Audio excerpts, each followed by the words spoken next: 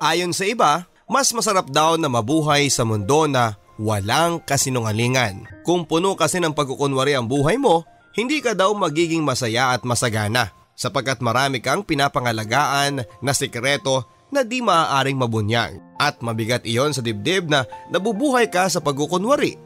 Ngayong araw mga kabarangay, isang kwento na nagsimula sa pagkukubli na sa bandang huli ay mabubunyag pala.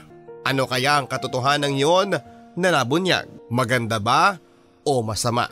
At kumusta na kaya ang buhay ng ating sender matapos niyang magpakatotoo? Mga kabarangay, ako po si Papa Dudut. Samahan ninyo na mapakinggan ang isa na namang kwento ng pag-ibig, buhay at pag-asa dito sa nangungunang Barangay Love Stories. Dear Papa Dudut, hayaan niyong batiin ko kayo ng isang masagana at magandang araw. Pati na rin ang lahat ng mga masusugid mong tagapakinig. Bago ko po simulan ang aking liham, hiling ko lang po sana ang inyong lubos na pangunawa. Alam ko po na may magagalit, maiinis, mandidiri at may makukuha pang isuka ako bilang kapwa nila tao. Dahil maging ako man ay hindi ko rin matanggap sa sarili ko ang nagawa ko mula sa aking nakaraan. Pero gayon pa man ay mas pinili ko pong ipagkatiwala ang kwento ng buhay ko sa inyo upang mabawasan ang bigat na aking nadarama. Papa Dudut, itago mo ko sa pangalang Josh, 23 years old at tubong Samar at kasalukuyang naninirahan sa Lucena City, Quezon. Bunso ako sa 11 magkakapatid, 8 ang babae at 3 naman ang lalaki. Kung aalamin natin ang pagkakasunod-sunod ng aming pagsilang ay mapapansin mo na para kaming mga pader na mga lalaki sa mga kapatid naming babae. Sapagkat lalaki ang panganay namin at lalaki din ang gitnang anak at lalaki ang bunso sa magkakapatid at ako yon. Kaya naman para talaga kaming mga tagabantay na mga Maria sa aming pamilya. Hayaan niyo pong simulan ko ang aking kwento noong nasa high school na ako, Papa Dudut. Ang tanging hiling ko lang noon ay makatapos ako ng pag-aaral. Kahit hanggang high school lamang. Hindi na ako naghangad pa na makatapos ng kolehiyo. Papaano ba naman kasi sa sobrang dami naming magkakapatid ay malabong makatapos pa kami ng pag-aaral. Kung suswertehin at makatapos ako ng high school, kahit papaano ay mayroon na akong tsansang makapamuhay ng masagana. Ngunit lahat ng ito ay naglaho dahil sa di sinasadyang pangyayari sa buhay ko. Isang pagkakamali ang nagawa ko na labis ko palang pagsisisihan. Taong 2000, kinuha ko ni Ate Cynthia mula sa Samar, papunta sa kanila sa Lucena City, Quezon. Ayon kay Ate Cynthia, na pang-apat sa aming magkakapatid ay pagsisikapan daw nila ng asawa niyang si Kuya Gregory na taga Quezon na pag-aralin ako kahit hanggang high school lamang. At kung papalarin ay baka hanggang kolehiyo.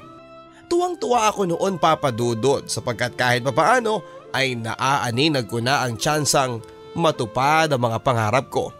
Sa pagtira ko sa Lucena, doon ko rin nakilala ang mga anak ni Ate Cynthia at Kuya Gregory. Ang dalawa kong mga pamangkin, sina Leon ang panganay na 20 years old at si Leona 10 years old. Sa kanila ko, Papa Dudut, naramdaman ang bagong pamilyang maaari ko nang ituring na sa akin, na nariyan para umalalay at gumabay sa akin. Hindi ako nahirapan, Papa Dudut, sa pagtira ko sa pamilya ng aking Ate Cynthia. Papaano ba naman kasi ay magkasundo kami ng pamangking kong si Leon. Magkapareho pala kami sa maraming bagay. Kung ano ang gusto ko, gusto rin niya. At sa sobrang close namin sa isa't isa ay masasabi kong parang lubos pa sa pagiging magtiyo ang turingan naming dalawa. Para na rin kaming mag-best friend at magbarkada. Bagay na ikababahala pala ni Leona at ni Kuya Gregory. Ayon sa kanila, baka daw makalimot si Leon kung sino ako. Kailangan pa rin daw na manatili ang paggalang sa akin ni Leon bilang tiyo niya at hindi bilang barkada na pwede niyang biru-biruin. Madalas na rin kasing magkasabwat kami ni Leon sa mga kabalbalan, maging sa loob ng eskwelahan. Sa tuwing sasapit ang araw ng linggo, maagang umaalis sa bahay si Ate Cynthia, Kuya Gregory at Leona para magsimba.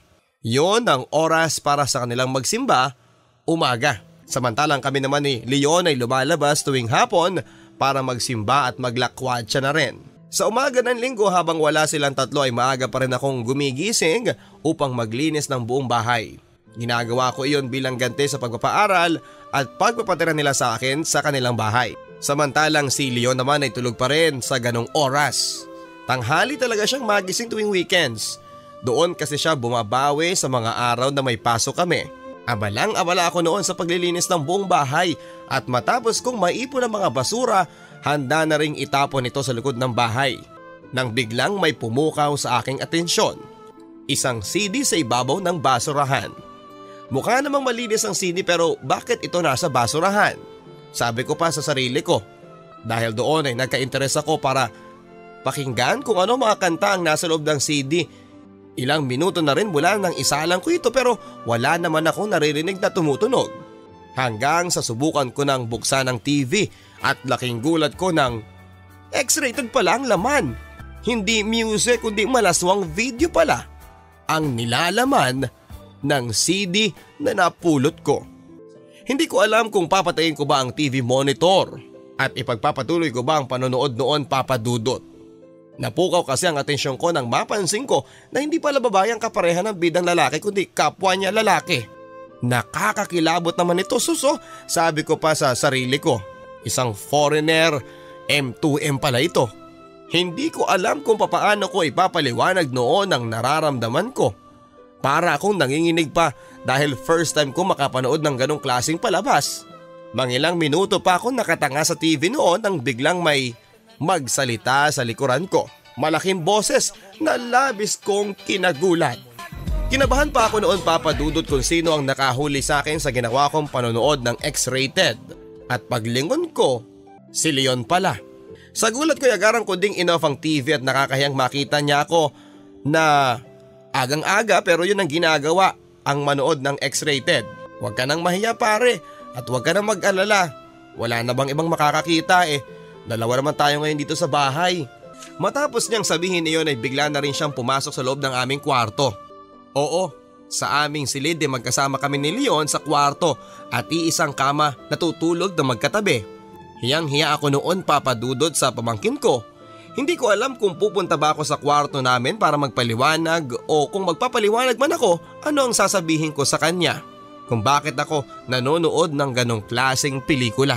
Hanggang sa mag-decide na akong ipaliwanag sa kanya ang nangyari. Sa pagpunta ko sa aming kwarto ay kitang-kita ko siyang nakatihayang nakahiga at may takip na manipis na malambot na kulay puting una ng kanyang mukha. Sandali pa akong nakiramdam at hindi ko alam kung tulog na ba siya ulit o kung tulog man siya, ang bilis naman niyang makatulog. Pabagsak kong hiniga ang katawan ko noon sa kama. Nakasanayan ko nang gawin yon para gisingin siya para maistorbo siya pagtulog. Subalit wala siyang naging reaksyon. Hindi man lang siya natinag. Sandali pa akong nakiramdam sa kanya kung magigising pero hindi pa rin. Ipinatong ko na sa kanya ang kanang hita ko sa hita niya nang bigla namang pumasok noon sa isipan ko ang napanood ko sa DVD. Biglang nag-iba ang katawang lupa ko noon, Papa Dudut. Dito ko na rin naramdaman na nagtutulog-tulugan lang pala si Leon.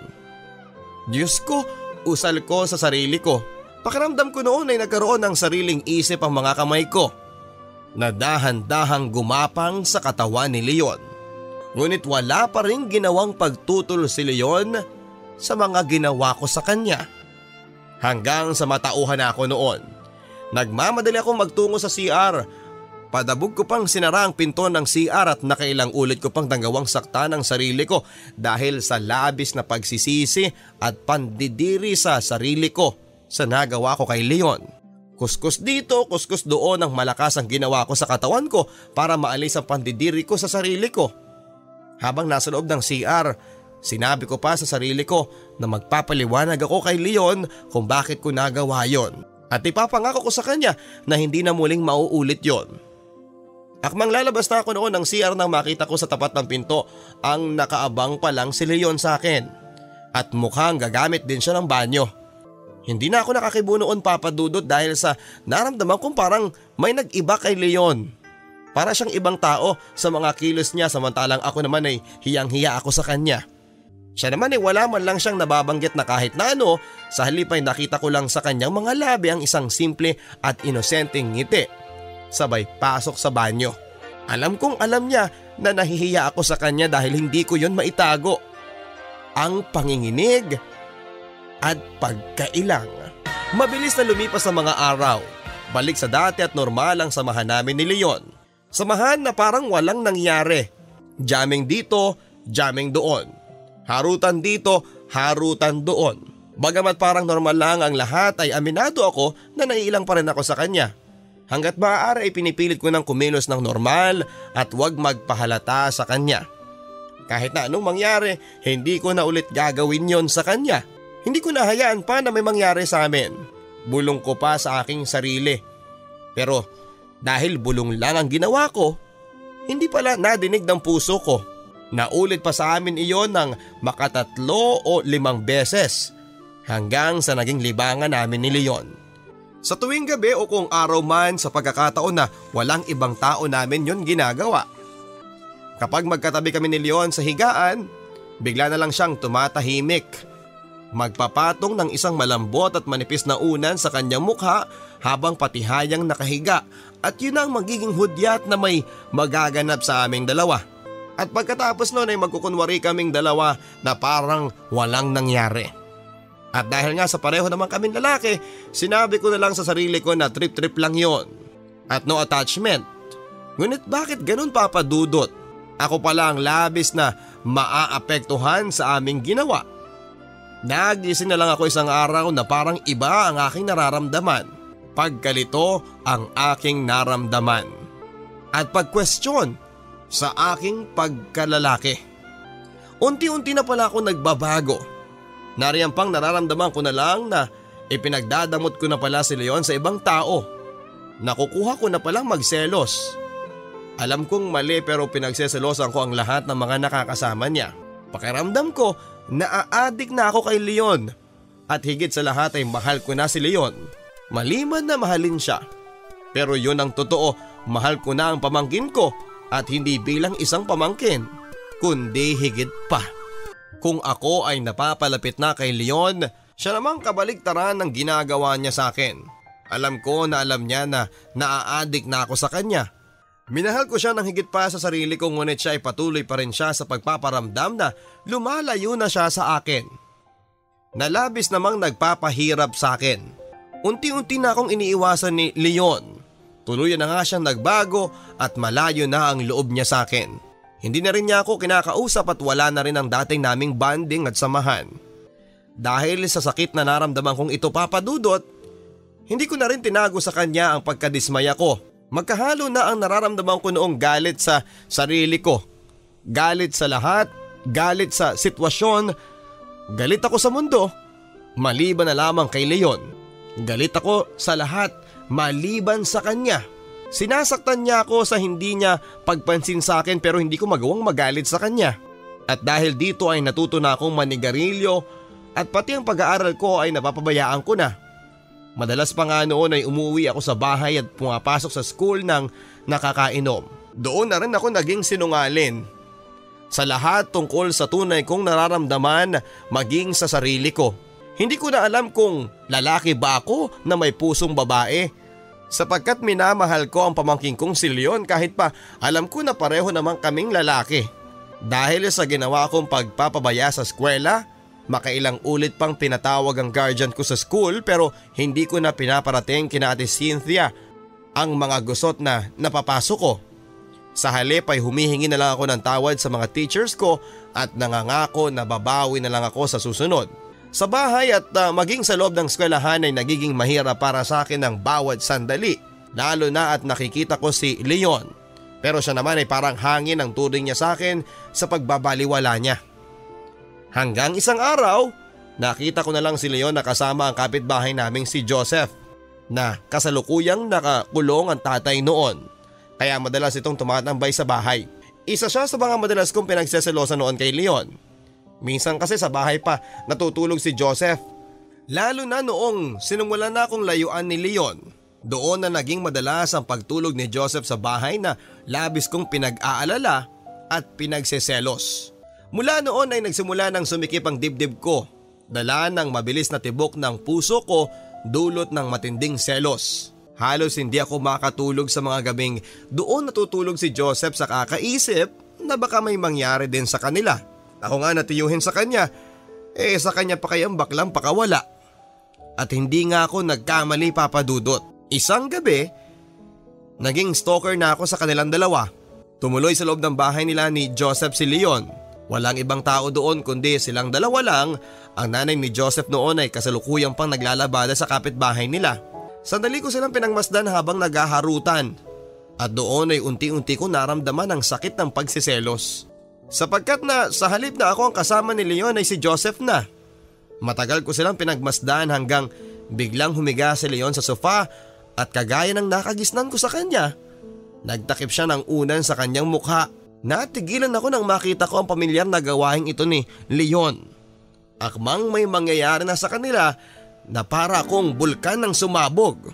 Nanginginig na ako noon sa galit at selos at mula sa malit na siwang ng pinto na kinakaroonan ko, kitang-kita ko na gagawin na nila kaya naman hindi ko na napigilan pa na pagsusuntukin ng dingding na yari sa makapal na tabla. Alam ko na dahil doon ay nagulad sila pareho sa ginawa ko. Hindi ko na inisip pa ang sakit ng kamao ko sa nagawa ko basta ang alam ko kailangan kong ilabas ang galit na nararamdaman ko. Sapagkat kung hindi baka magawa ko pang pumatay ng bakla. Ilang sandali pa ay lumabas na sina Joseph at Leon mula sa loob ng bahay. At bago pa nila ako makita at mamukhaan ay mabilis na akong nagatakbo patakas noon. Hindi ko alam kung saan ako pupunta. Hindi ko alam kung saan ako dadalhin ang mga paa ko. Basta ang alam ko, gusto kong tumakbo ng tumakbo dahil gusto kong palitan ng pagod ang sakit na nararamdaman ko.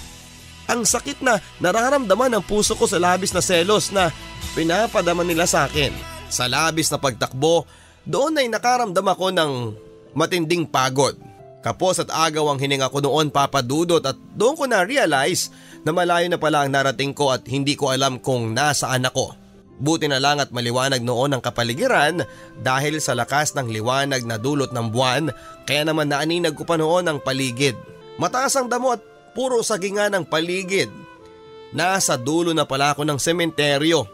Pero wala akong naging takot na kahit na kaunti. Sa aking pakiramdam, bagkos ay lalo ako naging matapang dahil na rin sa nag-aalab ang galit na nararamdaman ko. Mula sa pagkakaupo ko, marahan akong tumayo para pagmasdan ang buong paligid at kitang-kita ko ang kabuuan nito dahil sa sinag ng buwan. Wala akong ibang naririnig noon kundi ang mga ugong mula sa tambudsyo ng mga jeep na nagdaraan at mga huni ng ibon, pati na rin ang mga hampas ng malakas at malamig na simoy ng hangin. Kasabay noon ay ang pagsasayawan ng mga matataas at malalagong damo, pati na rin ang mga puno ng saging at mga malalapad nitong mga dahon. Naisip kong walang ibang makakakita o makakarinig sa akin. Ano man ang gawin ko doon kahit na magwala man ako, walang aawat o makikialam sa akin. Isang saglit pa ay napagdiskitahan ko pa ang isa sa mga di naman kalakihang puno ng saging. Pinagsusuntok ko ito. Nung una, pa isa-isang suntok lang na hindi naman kalakasan. Subalit ay biglang pumasok sa isip ko noon ang kanina kong nasaksihan at unti-unti na naman akong nanggigil hanggang sa mabilis lumakas na pala ang suntok ko sa katawan ng puno. Ginagawa ko ito habang patuloy ako sa pagluha. Malakas na malakas ang pag-iyak ko kasabay ng pagsigaw ko at pagmumura hanggang sa bumuwal na rin ang maliit na puno ng saging. Isang malakas pang sigaw ang ginawa ko noon hanggang sa pakiramdam ko noon ay mawawala na ako ng boses at patuloy pa rin ako sa pag-iyak. Nakahanap ako ng bagong paboritong puntahan, ang sagingan malapit sa sementeryo. Ang lugar na iyon ang naging karamay ko at naging saksi sa lahat ng aking pagdurusa. Madalas din ang pagpunta ko doon para lang mag-inom na mag-isa kapag nabuburyo na ako sa kakaisip ng aking problemang dulot ni Leon. Pero kailangan ko magpatuloy at dahil na rin sa paglipas ng panahon ay nagawa ko naman, Papa Dudut. Noong nasa 4th year na ako, may naging kasintahan na ako noon at sa pagkakataong ito ay isa siyang babae. Si Cassie. Siya rin ang masasabi kong unang lumapit at nagpakita marahil ng motibo sa akin. Sapagkat hindi naman sa pagyayabang kapag nag-ayos ako ng sarili ko, At hindi ako haggard ay kamukha ko daw po si Luis Manzano. Lalo na kapag seryoso ako. Idagdag mo pa ang maitim at dalawa kong maliit na nunal sa magkabilang pisngi malapit sa panga ko. Ang isa malapit sa tenga ko para daw akong may hikaw at ang isa naman ay sa pagitan ng patilya ko at dulo ng kilay sa kanang bahagi ng aking mukha yon. Hinubang madalas nating hawakan na sa bahagi ng ulo mo kapag masakit ang ulo mo. Hindi nga lang ako masyadong maputi kayo manggi po ang kulay ko. May taas akong 5'8". Dahil sa physical kong anyo ay isa po ko sa mga nakapasang CAT officer noong 4th year na ako na labis na nagustuhan lalo ni Cassie. Ayon din sa kanya, 3rd year pa lang daw kami ay crush na niya ako. Pero binabaliwala ko lang daw siya noon. Nang malaman ko na interesado sa akin si Cassie ay hindi na ako nagpaligoy-ligoy pa noon, Papa Dudut. Bukod sa gusto ko nang makamove on ay gusto ko din kasing ipakita kay Leon na kahit papaano ay kaya ko palang magmahal kahit na babae pa. Mapagseselos ko pa si Leon. Gusto ko ding maramdaman niya ang pinaramdam niya sa akin dati. Kaya hindi nagtagal ay naging kami nga ni Cassie. Naging maayos ang relasyon naming dalawa ni Cassie. Naging sobrang komportable namin noon sa isa't isa hanggang sa sinubok ko na noon na hingin pa sa kanya ang pagkababae niya. Nung una ay ayaw pa niya pero kalaunan dahil na rin sa pangungulit ko sa kanya ay pumayag naman siya na ipagkaloob sa akin ng lahat. Gusto kong ibuhos lahat kay Cassie ang atensyon ko at oras dahil gusto kong tulungan niya akong mag-move on. Pero sa mga pagkakataon na ginagawa namin iyon ay si Leon pa rin ang pumapasok sa isipan ko. Nalilito ako sa pagkatao ko, Papa Dudut. Ang alam ko, lalaki ako pero si Leon ang iniisip ko. Kulang na lang ay sambitin ko pa ang pangalan ni Leon kung magkatabi kami ni Cassie. Naging official na rin ang relasyon namin ni Cassie sa mga taong nakapalibot sa amin. Sa mga guardian ko at maging sa mga magulang ni Cassie. Minsan pupunta kami sa bahay nila at kadalasan naman ay sa bahay namin. Pinipilit ko ding maging sweet kay Cassie sa abot ng aking makakaya na alam kong kinatuwa naman ni Cassie. Nagiging sweet ako lalo na kay Cassie. Lalo na kapag nakatingin si Leon. Kulang na lang ay halikan ko si Cassie kung mapapadaan si Leon. Ginagawa ko ito sapagkat simple lang ang gusto kong patunayan sa kanya. Na kung kaya niyang baliwalain ako, kaya ko ding gawin yon sa kanya. Pero ewan ko ba kay Leon? Para siyang nananadya sapagkat gumaganti siya sa akin. Alam ko na alam niya ang kahinaan ko. Nagdadala din siya ng mga babae sa bahay at kalaunan ay nagiging madalas pa. Kumu kaibigan daw niya, kesyo barkada raw niya. May maliit kasi kaming kubo sa likod ng bahay at kapag may bisita si Leon ay doon niya dinadala para walang maging istorbo. Minsan pa nga ay doon din kami nagiinuman kasama ng mga barkada. Naging madalas ang pagdadala niya ng barkada sa bahay, kadalasan ay mga babae.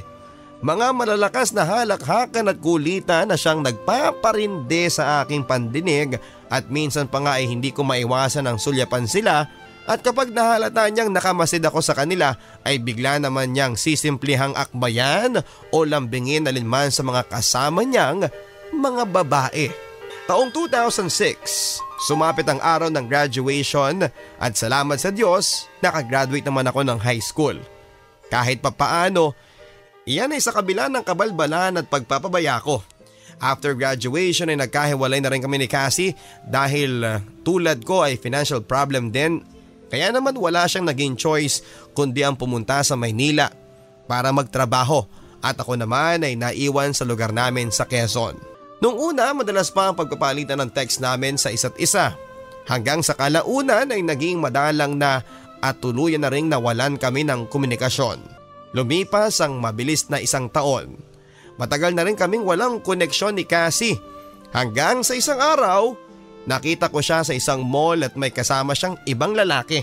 At take note ha, buntis na rin si Cassie. Hindi ko alam kung lalapitan ko ba siya para kumustahin at kausapin. Pero mas pinili ko na lang siyang tignan sa malayo hanggang sa tuluyan na siyang mawala sa aking paningin. Sandali pa akong natahimik noon, Papa Dudut. Doon ay muli ko naalala kung papaano ko siya pinakitunguhan. Hindi ako naging patas sa kanya at ginamit ko lang siya para makaganti kay Leon. Bagay na kinalungkot ko. Pero kahit papaano, naging masaya na rin ako nang malamang kong may bago na siyang buhay sa piling ng iba. Nakapasok ako ng trabaho sa isang developer company sa tulong na rin ni Kuya Gregory. Isa kasing heavy equipment specialist si Kuya Gregory kaya madali niya akong naipasok bilang equipment helper. May bubuksan kasing bagong project ang kumpanya kaya madali akong naipasok. Kung tutuusin ay hindi na bago sa akin ang ganong klase ng trabaho. Sapagkat kahit noong nag-aaral pa lang ako ng high school ay madalas na akong isama ni Kuya Gregory sa trabaho niya. Sa Kalayaan, Laguna ako inassign. Sa simula ay ayaw ko pa sana kasi mapapalayo ako kay Leon pero wala naman akong choice kundi ang tanggapin na lang ang trabahong iyon. At bukod doon ay naisip ko na rin na makakabuti yon para sa akin para tuluyan ko na rin kalimutan si Leon. Nalaman ko din na 2 hanggang sa 3 beses lamang kami kung payagang umuwi ng project manager doon. Pero lahat ng inaakala kong paraan para makamove on ay kabaligtaran pala. Mas lalo akong nanabik kay Leon at mas lalo akong nalugmok sa kalungkutan. Dahil dito, humanap ako ng mga taong masasandalan ko, mga taong pwede kong takbuhan sa oras na nalulungkot ako. Sina Charlie, Christopher at Christian. Sila ang naging matalik kong kaibigan noon, naging kasangga at kasama na rin sa mga masasamang bisyo tulad ng paglalasing, sigarilyo at maging marijuana ay natutunan ko ding hit-hitin. May isang lugar sa di kalayuan sa project site namin, isang lugar na naging paborito kong tambayan, kung saan pakiramdam ko ay nagiging payapa ang kalooban ko. Isang mataas at matarik na burol iyon at mula doon ay matatanaw mo ang malawak na lawa ng Laguna. Naging madalas ako sa lugar na iyon, Papa Dudot. Tuwing tapos na ang oras ng trabaho ko, doon ako dumediretso.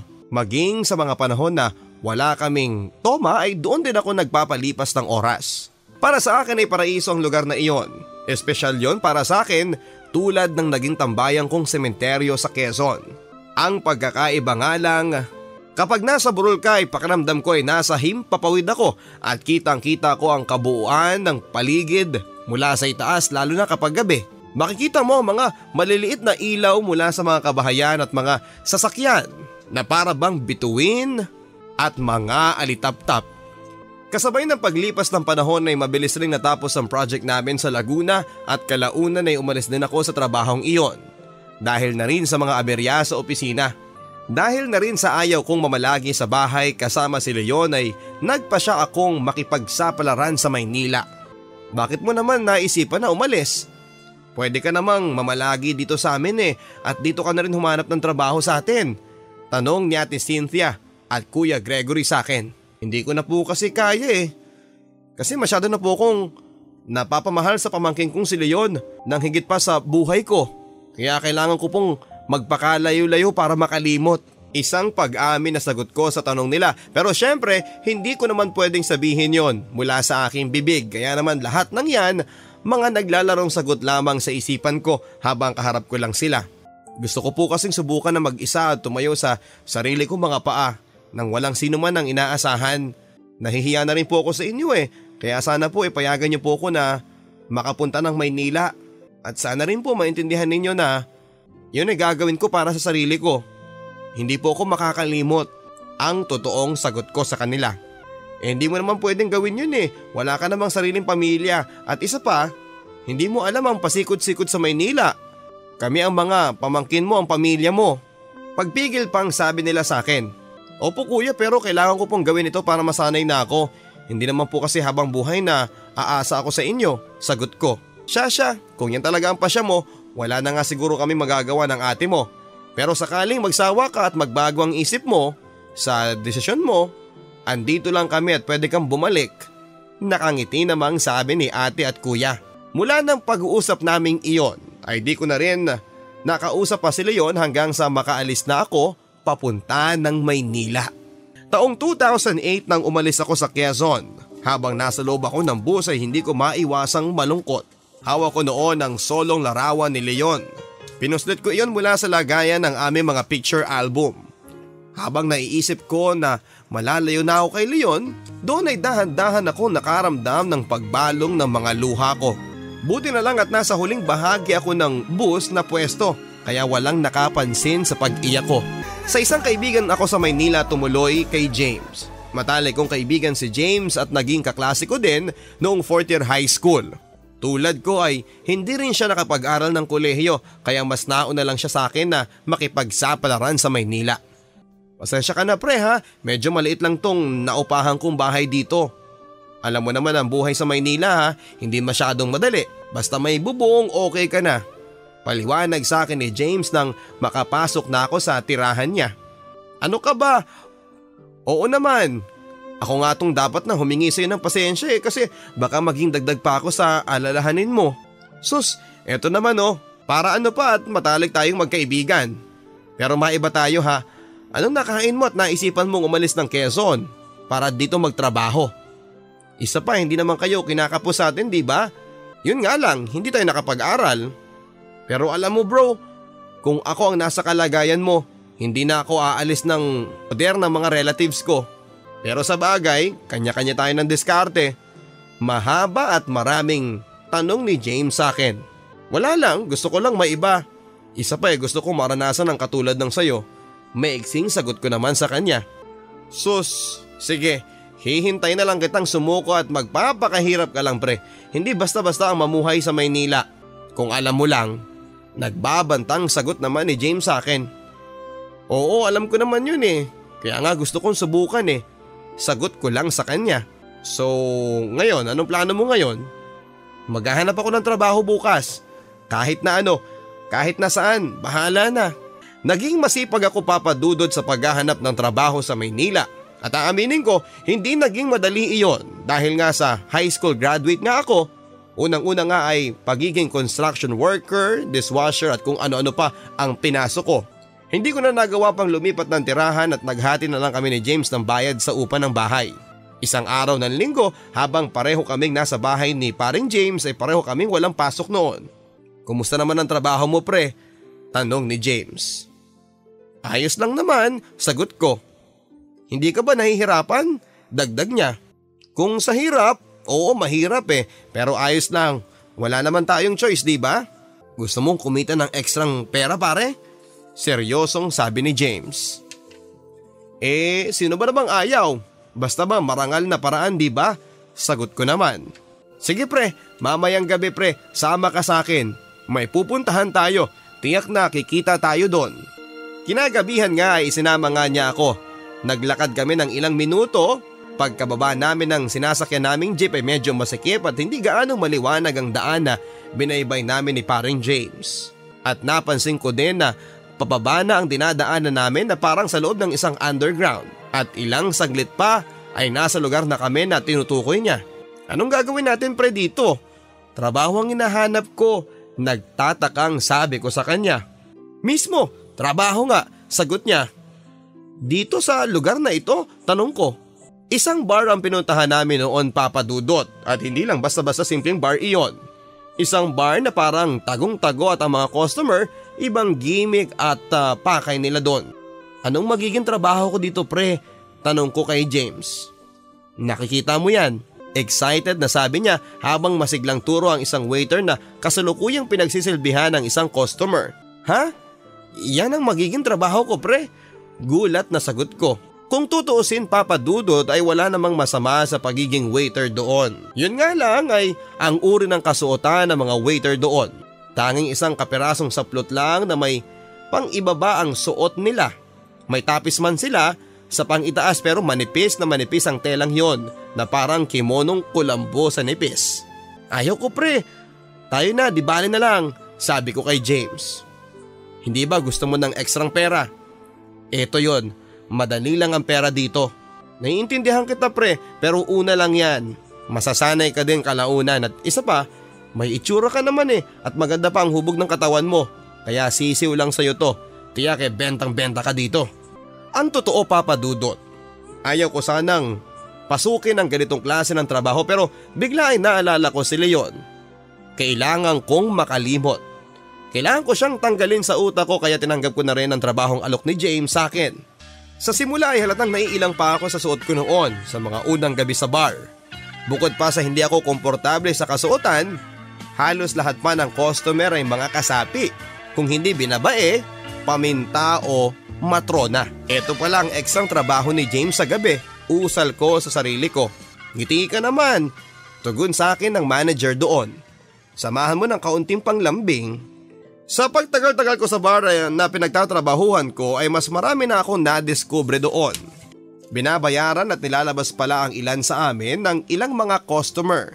Kapag natipuhan ka nila, siguradong malaki ang kikitain mo. Sino yun? Narinig kong tanong mula sa isang customer sa kabilang table habang kausap ang isang kasamahan kong waiter. Yun ba? Si Josh po yun. Bago lang namin yan dito. Makakasigurado po kayo dyan kung type nyo. Kasi baka kasuhan ka ng rape dyan. Bigla akong nanginig noong marinig ko ito. Nakaramdam ako ng matinding takot sa unang pagkakataon. Pre, kursunada ka daw nung nasa table 1, sabi pa ni paring James. Malaking pera yan. Ha? Ayoko pre. Mabilis na sagot ko naman kay James. Sige na pre, kailangan mong subukan to. Paano ka kikita? Paano mo sasanayin ang sarili mo kung tatanggi ka ngayon? At isa pa, nairekomenda na kita. Baka mapahiya pa ako pero sigurado naman ako na hindi ka lugi dyan eh. Isang paligo lang yan pre, tanggal na yan. At huwag kang mag-alala pare. Pareho-pareho tayo dito at walang malinis. Magkakapatid tayo dito. Walang makikialam o pwedeng pumahiya sa'yo dito. Kaya tanggapin mo na. Mahaba-habang pagkukumbinsi sa akin ni James Papadudot. Wala na nga akong nagawa kundi ang sumunod at tanggapin yon. At wala pa rin akong ibang nasa isip noon kundi si Leon lamang at kaya ko to. Makukuha kitang makalimutan. Mula sa unang customer hanggang sa naging sunod-sunod noon ang booking ko. Halo-halo, sari-sari mga kasarian. Bakla, babae, matron at maging mga tunay na lalaki. Yung mga naghahanap lang ng trip. Halos hindi ako mabakante gabi-gabi at naging pangkaraniwan na sa akin ang mga ganong eksena sa bar bawat gabi. Naging pangkaraniwan na nga sa akin ang ganong eksena sa bar sa bawat gabi. Masakit man aminin pero isa na ako sa kanila. Minsan kung mamalasing ka pa, matatapat ka pa sa mga masasamang ugaling customer. Yung tipong hindi nakokontento at gagawa ng paraan para masulit ang ibabayad sa'yo. Hindi ka bibigyan ng pagkakataong makawala hanggat hindi pa ubos ang oras na nilaan nila para sa'yo. Dahil na rin sa uri ng trabahong aking nakasadlakan ay marami din ang mga naging karelasyon ko papadudot. Nagkaroon din ako ng ka-live-in, mga iba't ibang uri ng tao at lahat sila ay may kanya-kanyang mga pangako. Bibigyan ng magandang buhay, pag-aaralin daw ako, wag lang akong kumala sa kanila. Pero syempre sa ganong uri ng pamumuhay, wala kang pwedeng seryosohin. Lahat ay laro-laro lang at talo ka kung lahat ay ibibigay mo sa kanila. Wala akong sinanto at wala akong pinalampas noon. Isa rin kasi sa mga goal ko noon ang makalimot kay Leon. Sa mga panahong iyon ay paulit-ulit pa rin umuungot sa isipan ko si Leon. Isang gabi, hindi sana ako papasok sa bar dahil masama ang pakiramdam ko pero nagpumilit pa rin si paring James na sumama pa rin ako sa kanya. Kahit daw hindi ako ang mag-duty, total ay may mga kwarto naman daw na para sa amin na pwede naming mapagpahingahan at pagpapalipasan ng gabi kesa naman daw mag-isa lang ako buong gabi sa bahay. At para may makasabay na rin daw siya sa biyahe. Dahil na rin sa pangungulit sa akin ni paring James ay napapayag naman niya ako. Pero ang gabing iyon sa loob ng bar ay isa sa mga gabing pinagsisisihan ko. Kabubukas lang ng bar noon papadudot. Umupo ako sa harap ng bartender para magmasid at ilang saglit pa ay may lumapit sa akin na customer. Tiyo nga pala pare. Sabay lahad ng kamay niya at malugod ko rin namang inabot ang kamay niya at nagpakilala din ako sa kanya. Umorder si Theo ng inumin at akmang iaabot sa akin ng isang bote ng beer ay mabilis naman akong tumanggi. Salamat na lang pare, agad kong sabi. Bakit hindi ka naka-uniform? Tanong niya. Yung kapirasong uniforme ang tinutukoy niya. Off-duty ka ba ngayon? Hindi pre, masama kasi ang pakiramdam ko ngayon eh, sagot ko. Sandali muna siyang tumahimik at ilang sandali pa ay binulong niya sa akin ng, pwede ka ba ngayon? Masama talagang pakiramdam ko di ba? Sabi ko kanina. Decente at wala naman sa itsura ni Theo ang gumagawa ng gulo kaya akala ko ay makukuha na niyang makaintindi sa nauna kong pagtanggi pero hindi pala. Agad siyang tumayo at mabilis na nagbago ang anyo ng kanyang mukha at timpla niya. Wow, grabe ka! pakipot ka pa dyan. Ganyan ba talaga kayo? Mabilis akong tumayo at sabay sabing, pwede ba pare wag ngayon? Masama talagang pakiramdam ko eh. Matapos kong sabihin iyon ay agad naman akong tumalikod. Paayaw-ayaw ka pa. Ito rin naman ang gusto mo, di ba? Bakla ka naman eh. Matapos kong marinig yon, Papa Dudot, ay parang may kung anong sumapi sa buong pagkatao ko. Para tuluyang mapikon. Anong sabi mo? Bawiin mo ang sinabi mo. Bingi ka ba? O gusto mo lang paulit-ulit na marinig? O sige, bakla ka naman talaga, di ba? Ako na nga tong lumalapit sa'yo, ayaw mo pa eh. Isa pa, babayaran naman kita. Loko ka naman pala eh. Wala kang alam sa buhay ko at hindi mo alam ang dahilan kung bakit ako nasadlak sa ganitong trabaho. Sabay hila ko sa kanya. Sipa dito, suntok doon. Tuluyang nagdilim na noon ang paningin ko at hindi ko napigilan pa ang sarili ko. Nagkagulo sa loob ng bar. Nagsigawan, nagtakbuhan. Agad na nagliwanag ang paligid at nakita ko sa harapan si Theo. Duguan ang mukha niya habang pilit akong inaawat ng mga kasamahan kong mga waiter.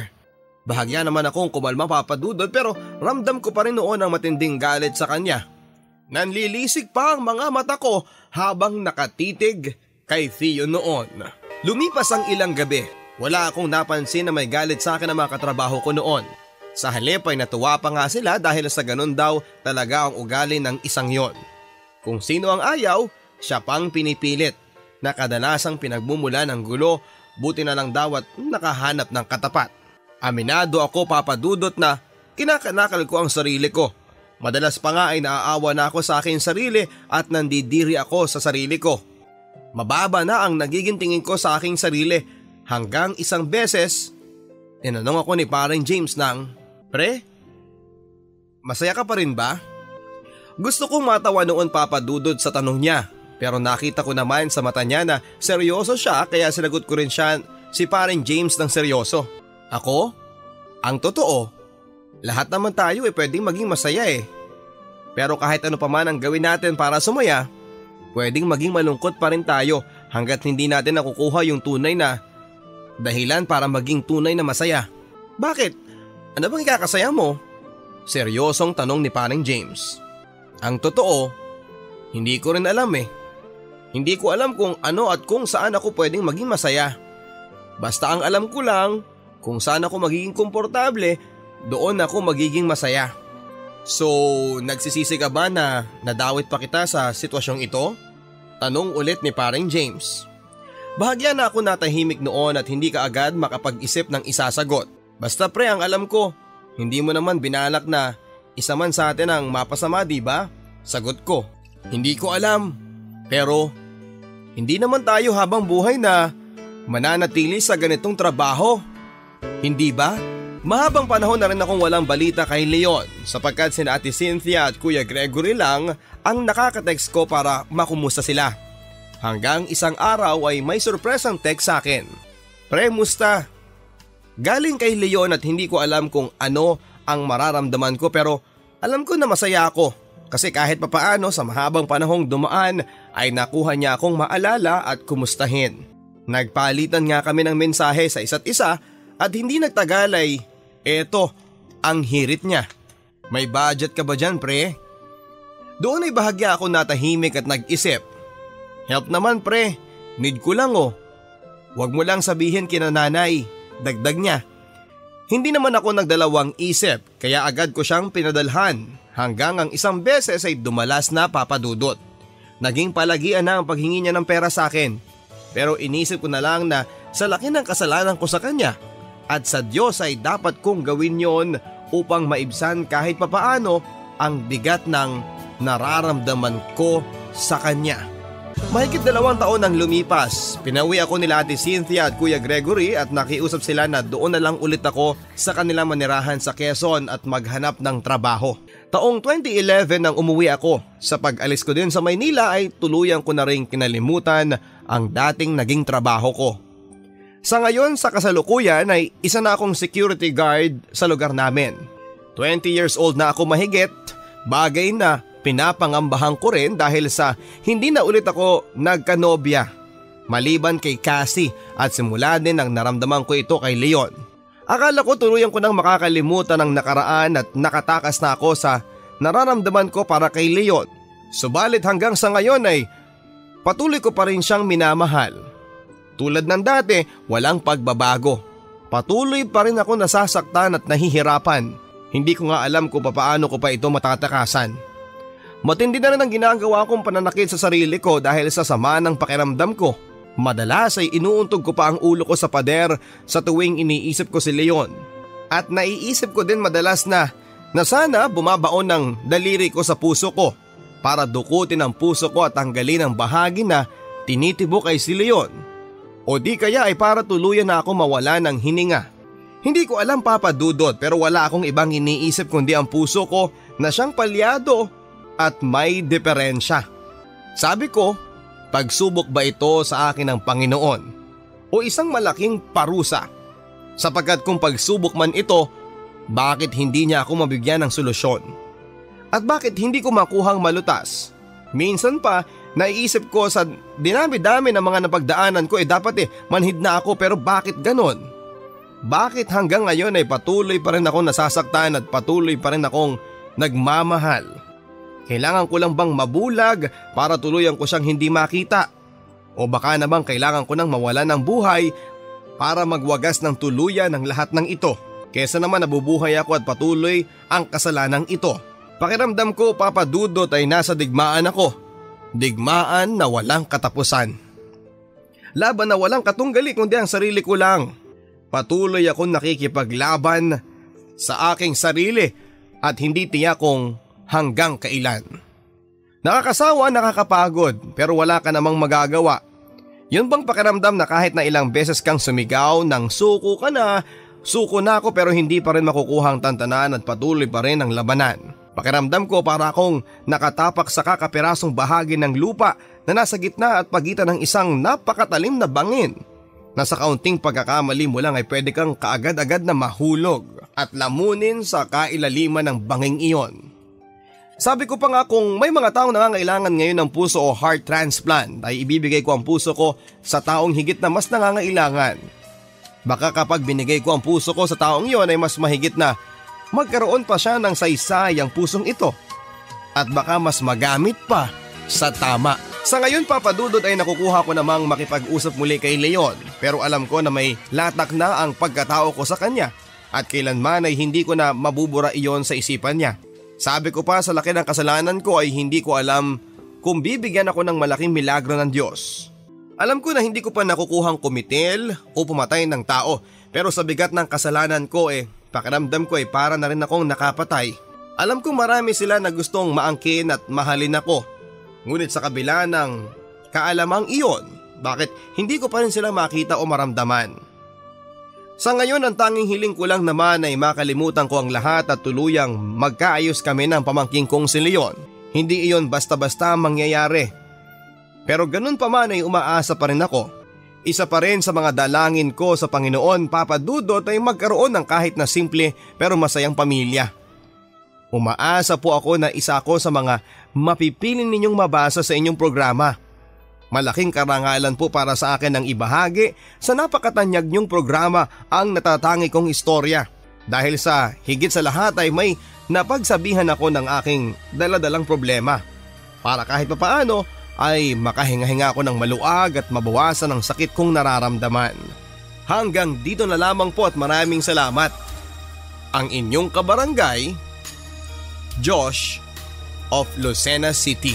Maraming salamat sa iyo kabarangay na Josh sa iyong pagbabahagi ng iyong liham kasaysayan. Para sa iyo mas mainam na naglabas ka ng iyong saloobin sa ating programa at ako ay nagpapasalamat sa iyo dahil walang dalawang isip na nagtiwala ka.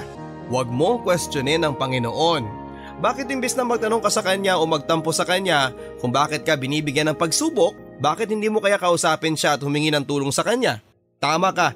Ito ay pagsubok sa iyong pagkatao at hindi ito ibibigay sa iyo kung hindi mo ito kakayanin. Kaya kung ako sa iyo, ipagdasal mo sa Kanya na tulungan ka. Magsimula ka ding lumabas-labas at makipagkaibigan sa iba. Malay mo doon mo makilala ang nakalaan para sa iyo. Para po sa inyong mga liham kasaysayan mga kabarangay, maaari po kayong mag-email sa amin bls971@yahoo.com o ipadala sa GMA Network, EDSA Corner Timog Avenue, Diliman, Quezon City. Ang inyo pong si Papa Dudot ay nagpapasalamat sa UP Los Baños sa Gandingan Award sa inyong nomination sa akin bilang Best FM Radio DJ. At marami din pong salamat sa pagkapanalo ng inyo pong Barangay LS bilang Best FM Radio Station sa 2013 Gandingan Awards. At syempre sa inyo pong lahat, maraming salamat sapagkat ang Barangay Love Stories ay nananatiling number 1. Ako po si Papa Dudot sa mga kwento ng pag-ibig, buhay at pag-asa dito sa Barangay Love Stories.